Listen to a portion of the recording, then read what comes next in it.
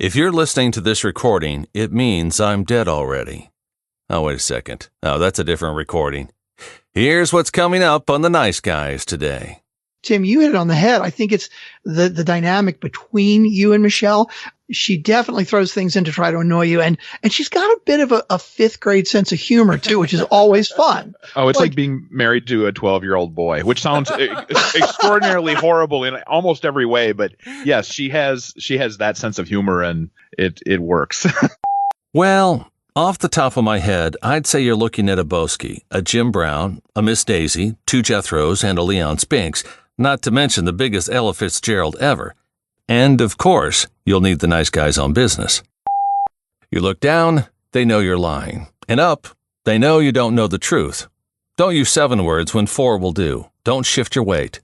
Look always at your mark, but don't stare. Be specific, but not memorable. Be funny, but don't make him laugh. He's got to like you, then forget you the moment you've left his side. And for God's sakes, whatever you do, don't, under any circumstances, listen to the Nice Guys on business.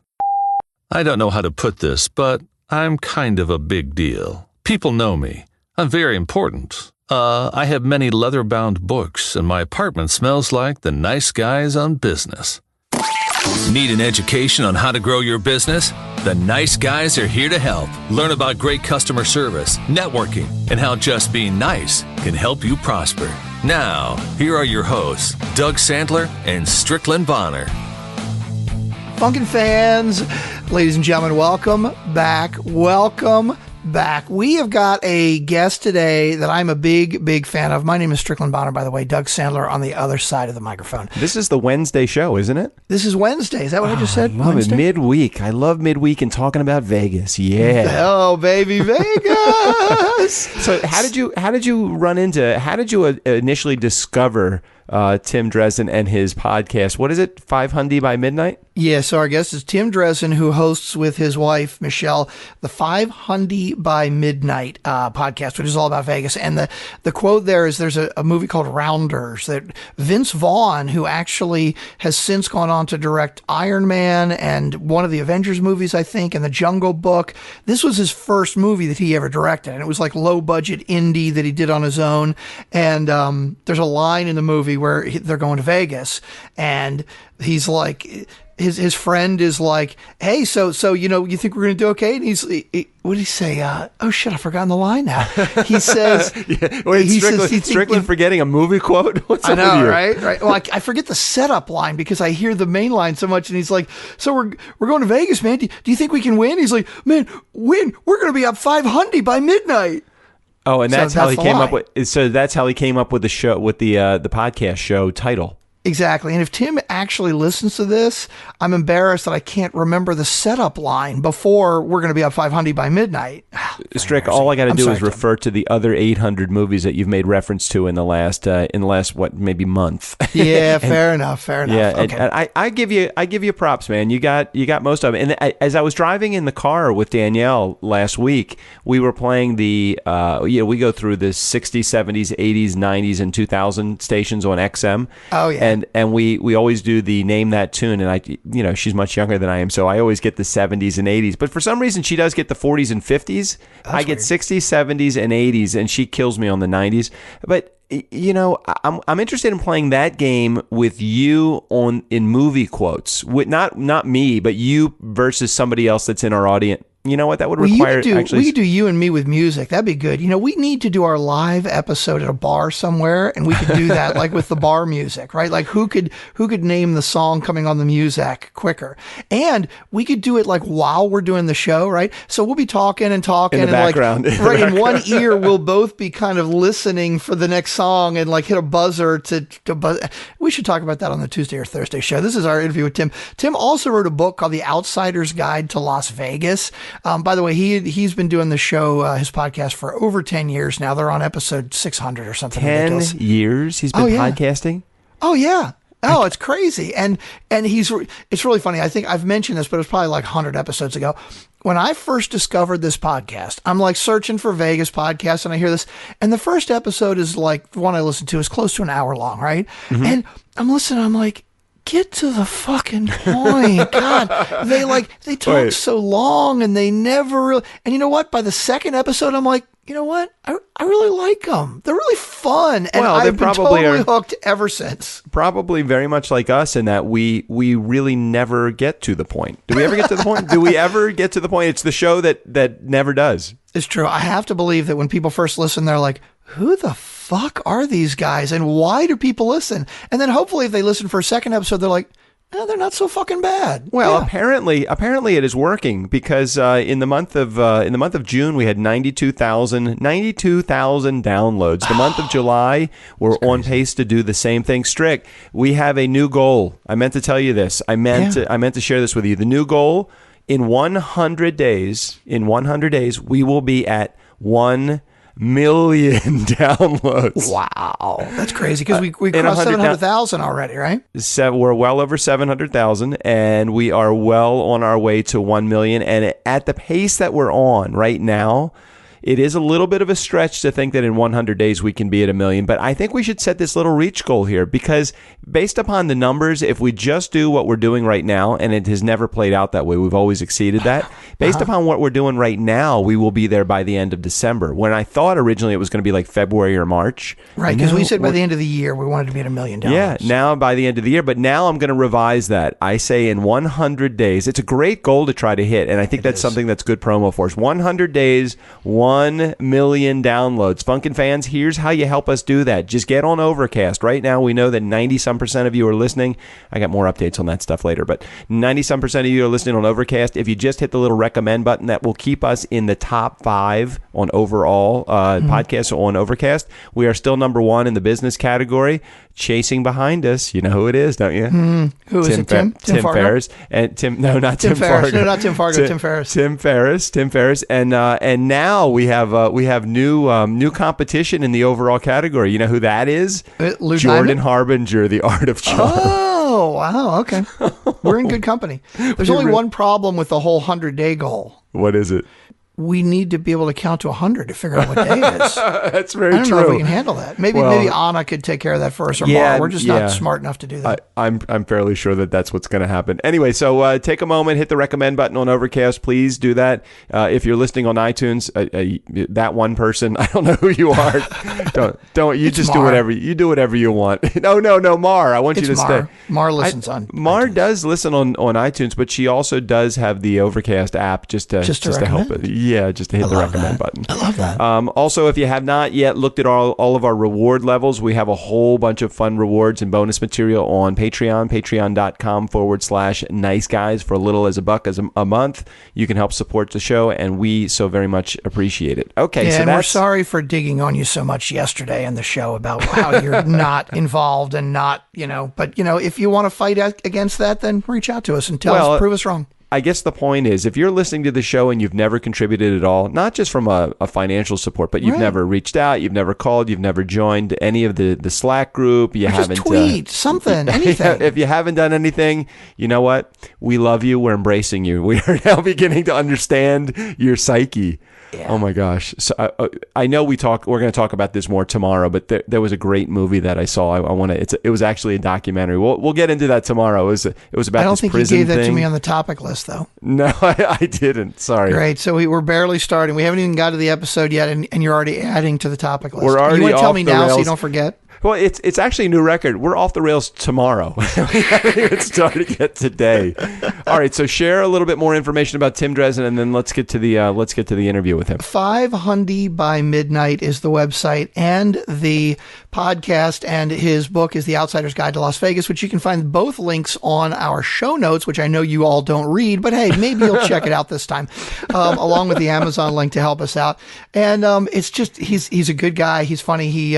I know the quote that I haven't even edited yet, but I know the quote that I'm going to use in the intro is him talking about how his wife is a 12-year-old boy, that he lives with a 12-year-old boy. And that's, don't take that the wrong way. You should actually listen to the quote in context. It makes more sense, but it is still pretty entertaining. I'm trying to lure the pedophiles in to listen to the whole episode with that opening quote. Are you sure that's a segment of our audience that we actually want? Maybe not. We've done a lot of despicable things, but to have a 12-year-old pedophile, have a pedophile.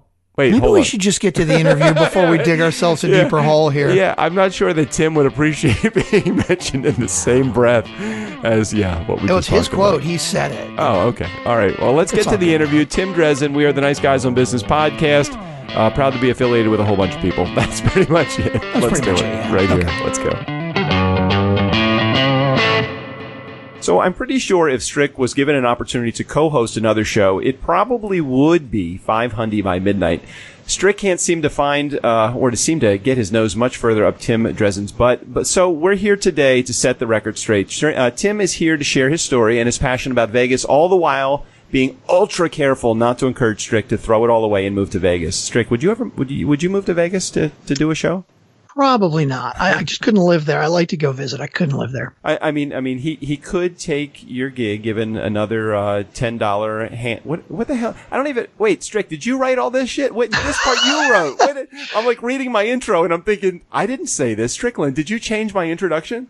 This would have been so much funnier coming from you, but no, you had to screw it up. All right, Tim. So the last line that I added to his intro was, after he put in, throw it all away and move to Vegas, he said, he could take your gig giving $10 handies down at Slots of Fun when you're not in town, but I'm not sure he could pay the bills that way. Is this like an Anchorman situation where he's supposed to read anything that's on the teleprompter? Exactly. Tim, that's it exactly. Tim, I don't know what this motherfucker has just put in front of me. I'm telling you, I would have read literally anything, but because fortunately he's really horrible with grammar, I'm like, what the fuck am I even reading here? So Tim, we've completely just fucked up the entire introduction. Welcome to the Nice Guys on Business podcast. That was an introduction like none I've ever had before. So I appreciate that, and it's good to be here. Hey, no worries, man. No worries. So when Strickland originally said that you're going to come on the show, my first thing I said was, who's Tim Dresen? So that's the appropriate response. Well, so Strick, why is it that you are so like jacked up to have Tim on the show? I mean, he does seem like a nice guy, and I have listened to a couple of episodes from the show, and he actually is entertaining. But why, Strick? Why? I can't figure it out. I think that's part of the problem. I remember the very first time I discovered the podcast, Tim, I downloaded it and it was an hour long, and I'm thinking to myself, will they ever shut the fuck up? My God. But then I listened to another one, and it's just engaging. It's like, I like you guys, you and Michelle, your wife, Michelle, you guys host together. So I have listened to a couple of the other podcasts that are like Vegas podcasts that you guys know and that you're friends with. And most of them I'm like, it's kind of fucking boring, So I don't know what the secret sauce is, but really when I see that your episodes are like an hour and 20, I'm like, okay, cool. And I just love hearing you guys ramble. Well, I think you nailed it when you mentioned my co-host, and wife. She's the secret sauce. She's constantly egging me on and, encouraging the discussion to go in directions that it wouldn't naturally always go. And I think that resonates with a lot of people because it gets ridiculous Tim, what I hear a lot is that she gives you instructions like earlier in the day or maybe at a previous week that you fail to follow through on any one of them. And then almost half the episode, I find that you're just apologizing to her for not doing what you should have done. Well, it's a lot of, I think what happens is, whether she actually keeps a list or if it's just a mental note of things that aggravate me as the week goes on. And then once we start recording, she likes to slip them into the conversation and get me off into a rage tangent on something completely unrelated to Las Vegas. But we try to stay somewhat on topic, and then wherever it goes, So back to the beginning for a second. How did you even why did you even think about starting the podcast to begin with? Give me the origin of the podcast. So my podcast is because I started it alone. It was just me in the basement of my house, talking to no one. And this is in the very early days of podcasting. Yeah. So there were probably fewer than 100 podcasts at that point, and certainly none about Las Vegas, because with 100 podcasts, most of them were tech podcasts.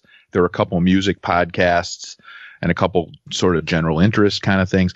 But I liked the idea of podcasting because I always had an interest in radio when I was younger and never really lost that interest, even though it wasn't the profession I wanted to go into.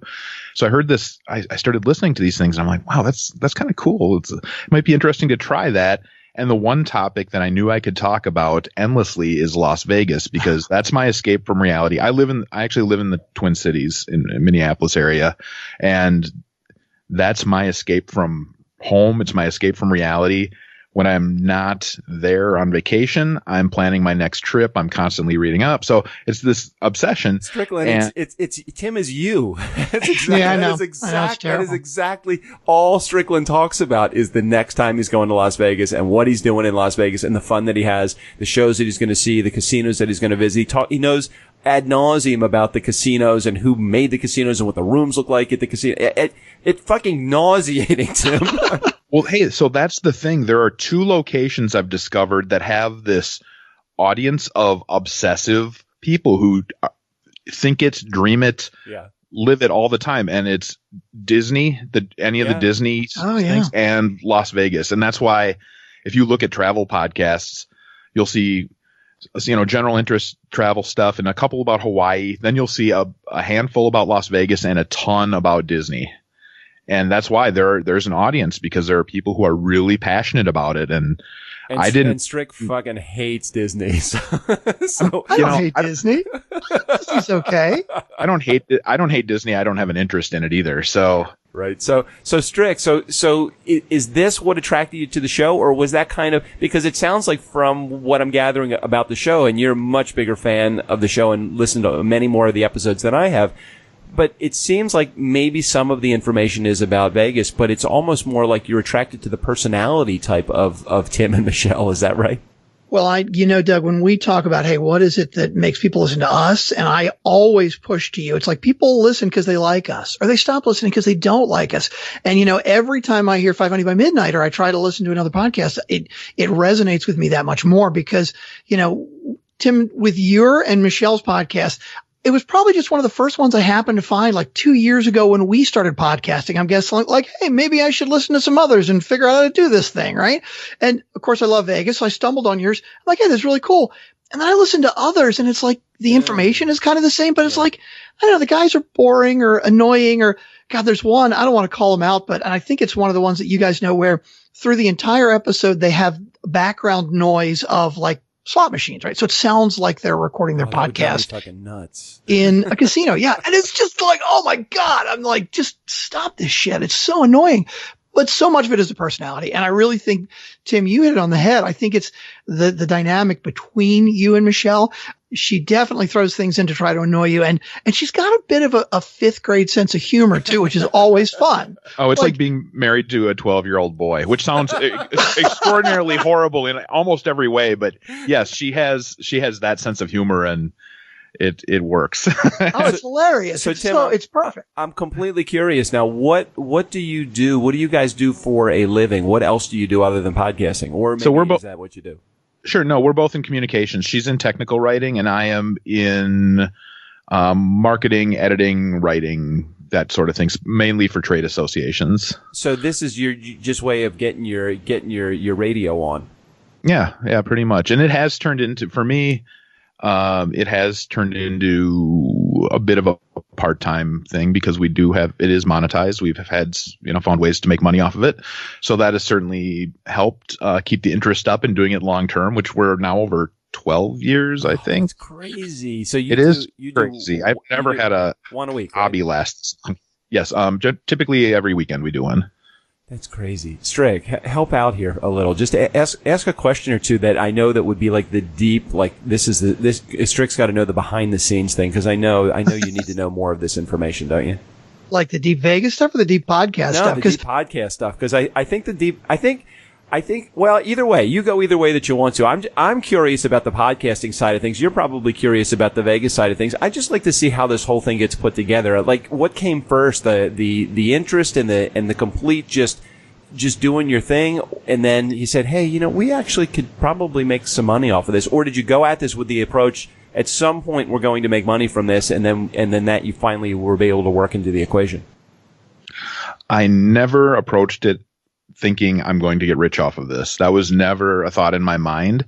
It was, this might be a fun little hobby to try, something to do. And then the audience kept growing, and it still keeps growing. And the money side of thing just kind of, I guess it just happened. I think the first thing where I made any money was a sponsor came along and just said, "Hey, we're interested in advertising on your show." What an interesting concept, Strick. The sponsor actually called them. Yeah, I know. Viator sponsored you guys forever. Well, right? this was even before that. So before Viator is a company that sells tour packages and show tickets and things like that. Before that, there was a company that we promoted for about 2 years called Best of Vegas, which did a similar thing. And so we did that for a while, and then they dropped at some point, changed marketing focus, their marketing goals, and then Viator came on, and we had them for about 6 years, I think. And then they got bought out by TripAdvisor and brought in a whole new marketing team that decided, no, we're not going to do any niche podcasts anymore. So, but those two were kind of our first two big sponsors. And now we don't have a sponsor, but we've been doing some other things. So I've seen podcasts start, and you can tell just from the way they set up their websites and stuff that the day that they start, they think, I'm going to put this thing up and I'm going to be making money through affiliate programs and through sponsors and all this in no time. And inevitably they last about 6 months before they realize, oh, I'm not making any money and this is taking a lot of my time and it's not worth it to me.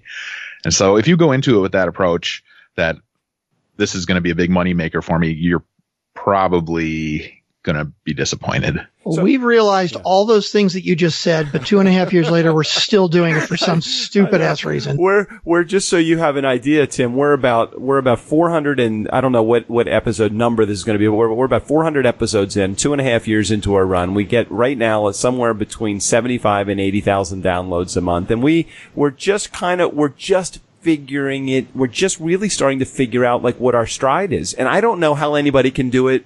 Unless you really approach this from a business perspective right out of the gate, I don't know how you can do it any faster than we've done it. Well, and the other thing, to put it in context, Doug says 70 to 80,000 downloads a month. That's 5 episodes a week. Oh, yeah. Right? I mean, we get about 2,500, 3,000 downloads per episode. I'm really curious, Tim, what you guys do. I mean, if that's something you don't want to share, I totally understand. But, you've been doing it for so long. You guys have 5,000 members on your Facebook group, and you got 200 Patreon patrons. We can't even get 20 people to donate.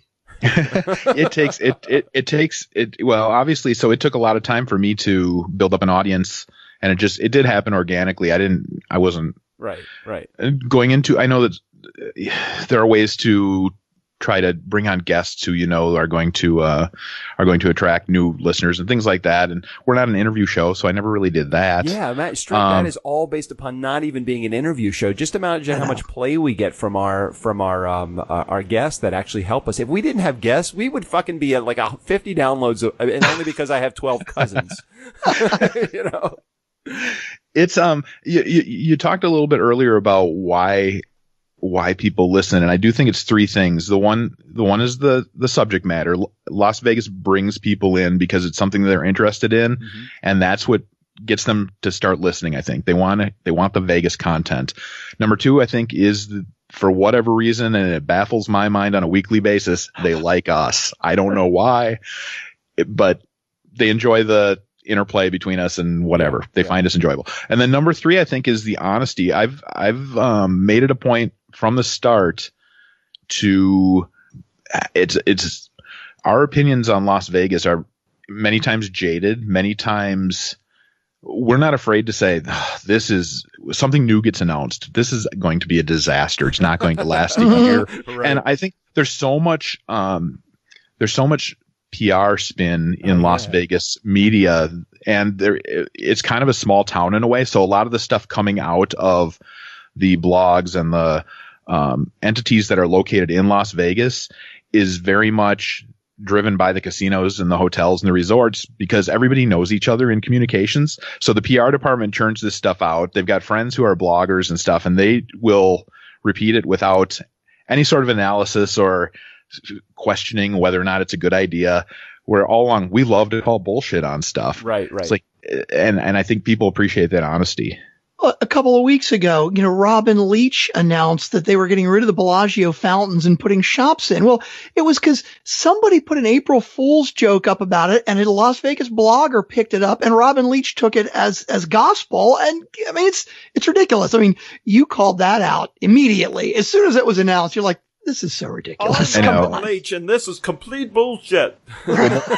So he's a gossip columnist there for years, and he has there's a lot of stuff that he puts out there that you just look at it and you go, there's no way this is accurate. Right. And he, at one point he put out a tweet, this is several years ago, that I can't remember who it was. I think it was a musician who had died in the 70s. Oh, it was Sid Vicious. Sid Vicious will be performing a residency at Caesar's Palace in August. And it's like, he died like 30 years ago. Well, what's so great about it is what's so great about what you're saying is that it's like you are the unauthorized marketer for Vegas, because there is no PR spin. It sounds like it's your opinion, and it's kind of like us doing product reviews when we have absolutely no connection to the product. The best part about it is you have absolutely no connection to the product. The more advertisers or the more spin that you get from people that are actually in the know there, the worse off that it is. When I say in the know, I mean in the marketing know, the ones that do all the spin of PR for Vegas. Mm-hmm. You probably you got your act together because you're not in anybody's pocket. That's what I'm thinking, at least. Right. So if there's something that you hear us talk about that we really like, it's because we really like it. Right. And if there's something that we really don't like, it's because we really don't. It is all our honest opinion. And like I said, I think that is something that people have enjoyed about what we do, even if they disagree with those opinions. And I certainly expect them to on many occasions, because everybody has different things they like. But if they hear us, they at least know that it's coming from a real place. If we say that we love something or we hate something or whatever it might be. So you wrote this book called The Outsider's Guide to Las Vegas. What prompted that? How long ago did you write that, and what prompted it? 3 years ago, I decided to. So I worked for a trade association doing communications work for I had just hit 20 years, and for a few different reasons, decided I'm not doing this anymore, and walked away with nothing lined up, with no plan, which by all accounts is a really bad idea. A really bad idea, right? I agree. But that's how bad it had gotten. I was unhappy, and it was time to go. So I walked away from it, and I had this idea for doing a book over the years a few different times, and just never really had the time or motivation to jump all in and do it. And suddenly, when I found myself without a full-time job and with plenty of time on my hands, I decided, well, let me see if there's any interest in this. So I decided to do a crowdfunding campaign on Kickstarter, and it was wildly successful, and I raised $30,000 roughly. Gosh. And that allowed me to pretty much spend 9 months or so just writing this book the way I wanted to write it, writing it and self-publishing it through Amazon and all that stuff. But it went really well, and people seemed to enjoy it, and I had a good time writing it. And again, I was able to present a no-holds-barred view of the thing that I enjoy so much, Las Vegas. And it was sort of a book version of the podcast in many ways. A lot of humor, a lot of making fun of stuff that deserves to be made fun of, and praising stuff that I love. So, Tim, I got to ask this because I know you're passionate about Vegas. Do you feel like you're a lucky guy? Lucky or fortunate? Okay, well, you take it either way. I mean, I think that your definition of lucky is it sounds like you were leaning more towards the fortunate side. So share with what your feelings are about it. Okay, so I always like to I'm sorry, apologize for my dog. That's too. Okay. My dog is a frequent guest on the podcast, and as appropriate, the UPS truck just went by, and there's my dog. Perfect. So I differentiate. I differentiate between lucky and fortunate, because lucky, I think, is just it just randomly happens. Where fortunate, I think, is I've put myself in a place to accept good things that are happening to me. That sounds way more new agey than it should. No, I think that ultimately is the definition of true success, is putting yourself in the way of good fortune and putting yourself in a spot where opportunity finds you. Opportunity will never find anybody. If you have your eyes closed, you're never going to see it, even if it's literally standing in front of you. And in your particular case, it sounds like, dude, how do you get $30,000 from a GoFundMe campaign without actually having something substantial to put together? How do you have a podcast that lasts for 10 years, have 200 Patreon patrons and 5,000 members in a Facebook group?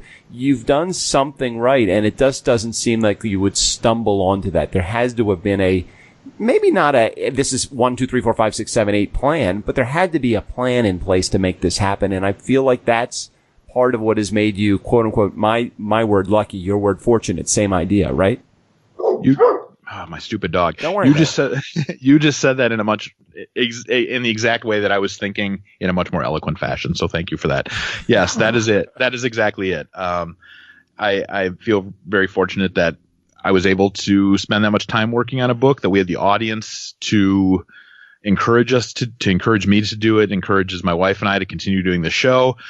We've since, as you mentioned, we since have set up the Patreon thing, and that has been pretty successful. We're still in the early stages of that. I'm still trying to get used to putting out special content on Patreon and all that stuff. But yes, I do feel very fortunate. As far as lucky, some days. Is it a lot? Usually. For you, usually not when I'm gambling. That's true. Is the podcast a lot of work for you? Do you find that it's a labor of love? It's routine and habit now. It's so much a part of what I do on a daily and weekly basis. Daily, I'm making notes of things that I see and hear that would be interesting to talk about, or news that's happening that would be fit for discussion on our show. And then, of course, weekly, the recording schedule. It just is part of what we do. Hey, Strick, you're 100% right. Tim is a good guy. He really is a good guy. He's a good guy. And Strick promises to send you more beer as long as you don't feel like he's stalking you. Man, I don't want to get him into any trouble, but I will say that his efforts are appreciated.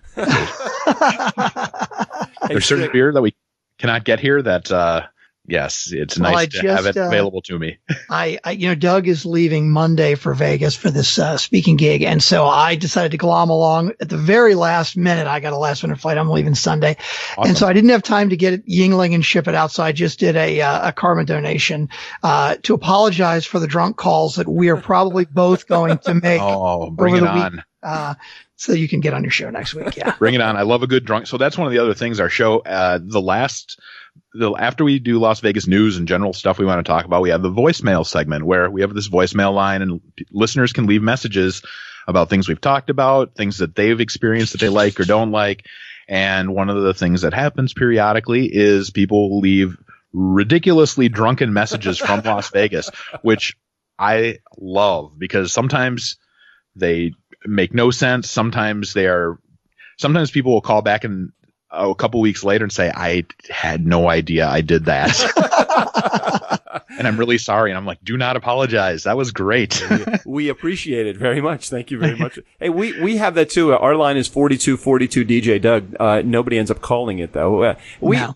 Our biggest concern, our biggest problem is just getting people into action. I think that we put a little bit too much weight into our call to action and don't realize that the actual reason for any level of success for us, or the reason, or the springboard for other success for us, is the fact that we've been able to build an audience and do 400 episodes. Forget any call to action and forget anybody doing anything or even getting advertisers. I think we use the fact that we've actually built a show to 400 episodes with, 600,000 downloads or whatever it is.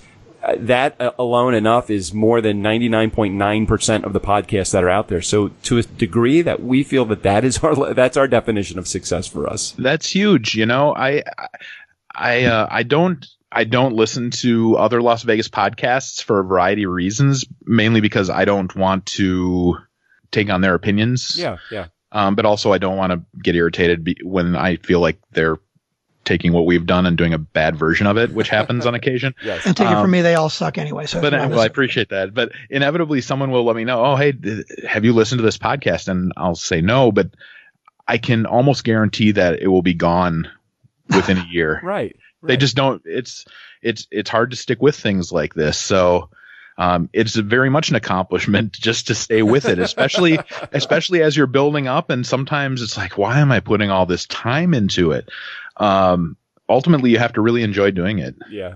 That's a big part of it. I love it. I love that hour and a half with Michelle and I sitting here talking about something we both really love and giving each other shit and inevitably laughing. And it's a huge highlight of my week. I guess we look at it, and Strick and I look at it as this is going to be a phone call we were going to have anyway. We may as well just have a few thousand people listen into the phone call. We talk a lot more now than we've ever spoken, don't we, Strick? I mean, did we ever have phone? We had phone calls that would last an hour and a half, and then we're thinking, shit, we should just record this. Why not record this?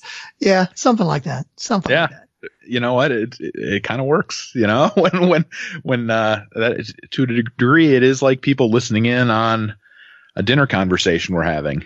Hey, so that's it. That's what we try on our Tuesday and Thursday show. It's just like, we're just shooting the shit. In fact, like 2 or 3 weeks ago, we had a discussion. We're like, do we really want to try to focus more on Tuesday and Thursday? I mean, we really are just rambling, and we decided, screw it. People like it. Unless somebody tells us they want to hear something different, we're just going to keep on keeping on doing what we're doing and what we think is right, because I don't know, shit. We've been running the show for 2.5 years. We only have, I think, one listener that has been listening for the entire time.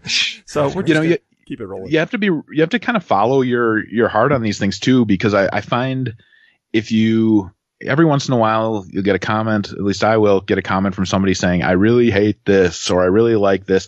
Which of course I love I really like this aspect of the show, emails or comments, but every once in a while someone will complain about something, and you have to develop a little bit of a thick skin and be able to kind of set that aside and not necessarily react every time somebody says they don't like something. Yep. We had an advertiser that said that to us once, and we dropped them as an advertiser. No, and it's so interesting that you say that, because I'm thinking now about some of these other Vegas podcasts that I've tried listening to, and maybe they've got bits and pieces that I like, but in general, it's like, I think about you guys, like the only episodes I wouldn't like is when Michelle's not that involved. The interaction between the two of you is what's great, and it is because she's prodding you, and it's fun. I do the same thing with Doug. And it's just so much more entertaining when it is about the interaction. It's like we're hanging out in the living room, just shooting the shit, talking Vegas with you guys. Yep. That's the fun part of it. And yeah, you're right. Every once in a while, maybe once a year or so, Michelle will be out of town, and I'll decide to do a solo show like I did way back in the early days before she was on regularly with me. And inevitably I get done and I'm like, that was a bad idea. And I'm putting it out there anyway to let everybody else know that they need to appreciate her, because they do. Everybody loves her. Hey, Tim, as we wrap up, there's only one stock question that we ask everybody, and I hope you can join in and help us answer the question. Can I go for it? Yeah, go for it. All right, great. So let's pretend for a second you are invited to an event. I know it seldom happens in my world, and I know it happens even less for Strickland, because nobody wants to invite him anywhere. But you get invited somewhere, and you see this invitation. Lower left-hand corner of the invitation, there's this thing called a dress code. So it could say any number of things. What would be the dress code that you would see on an invitation that would be oh my gosh, this is amazing. I can't wait to go to this event. Pants optional. All right. So are you like us? Do you generally do podcasting from your pajamas? So I since I left my job and after I get done with the book, I started working for myself. I have freelance clients, and that's what I do. And the best part of that is that I wear shorts and a t-shirt 95% of the time now. Yes. Even if it's winter in Minnesota, that's what I'm wearing in my house. Mm-hmm. So yes, the more comfortable, and yes, that's essentially pajamas. Yes, that is ideal. I do remember I went to Golden Gopher Stadium. Right next to it, there's a hotel, and I'm trying to remember the name of the hotel. But anyway, I was speaking at a conference there, a NACE conference, and this was in July, and the weather was beautiful. You guys have such beautiful summers. I mean, it was like 75 or 80 degrees. It was in July. It was wonderful. And then they invited me to come back again in February, and I'm thinking, okay, this is going to be really great. And as we're there, the pilot's landing the plane. He says, he goes through all the specs, and he says a minus 28 degrees. And I'm thinking, geez, it's really cold up here. And that was the temperature on the ground, fucking minus 28 degrees. I'm like, who thought this was a good idea to come to Minneapolis in February? Yeah, I question my ongoing choice to live here a little bit more every winter, but yeah, somehow we deal with it. Doug, you're not going to ask him what kind of phone he's got. Oh, go ahead. You can ask. No, you have to ask because the way you ask the question, you got to ask. It is important to know. Tim, do you have an iPhone or something inferior? Definitely an iPhone. Oh yeah, definitely an iPhone. Okay, so could you go to your? Do you have it anywhere? I'm not listening to the podcast. Do you have anymore. it anywhere near you? Have it anywhere? Near Yes, I do. I have it right next to me. Can you go to your texting app? What's the last text message you either sent or received? Okay. This is going to be some name dropping. All right. I had an exchange this morning with Derek Stevens, who owns the D Las Vegas and Golden Gate casinos. Uh-huh. He wanted to let me know that a Twitter exchange we had a couple days ago inspired his social media team to write a blog post. Wow, that's cool. That's awesome. Hats off to you. That's great. And go to your photo app. What is the last photo you took? I can guarantee it's of my dog. Let me just make sure. Yes, it is a photo of my dog, as 90% of the photos I take are. Beautiful, beautiful. All right, Tim, if somebody wanted to get in touch with you to find out more about your podcast or plug your podcast, where can they find that? Sure, it's called Five Hundy by Midnight, and you can find it on iTunes or any of the obvious podcast places, Overcast or Google Play if you must. Yes. I'm on Twitter. Five Hundy is my Twitter name, and fivehundybymidnight.com is the website. Awesome. Any wrap-up words, Strick, before we head out of here? No, man, I definitely appreciate the time, Tim. It's very fun talking to you. I don't know. I'm playing a wedding. What is the October event called now? I don't know the new name. I can't remember now. Gen Blue? No.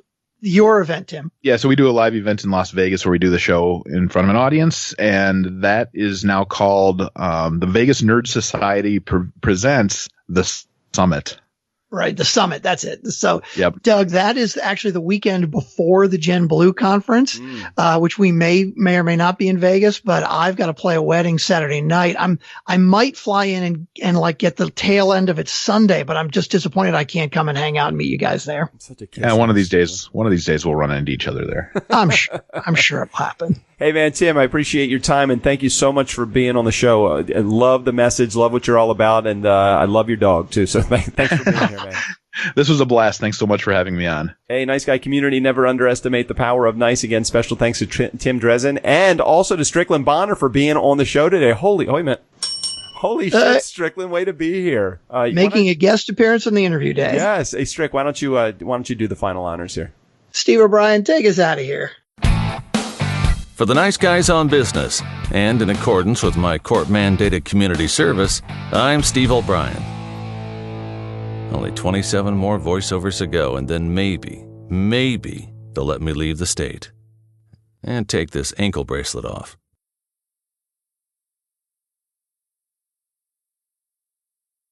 You know, if I die, you guys are going to feel like crap.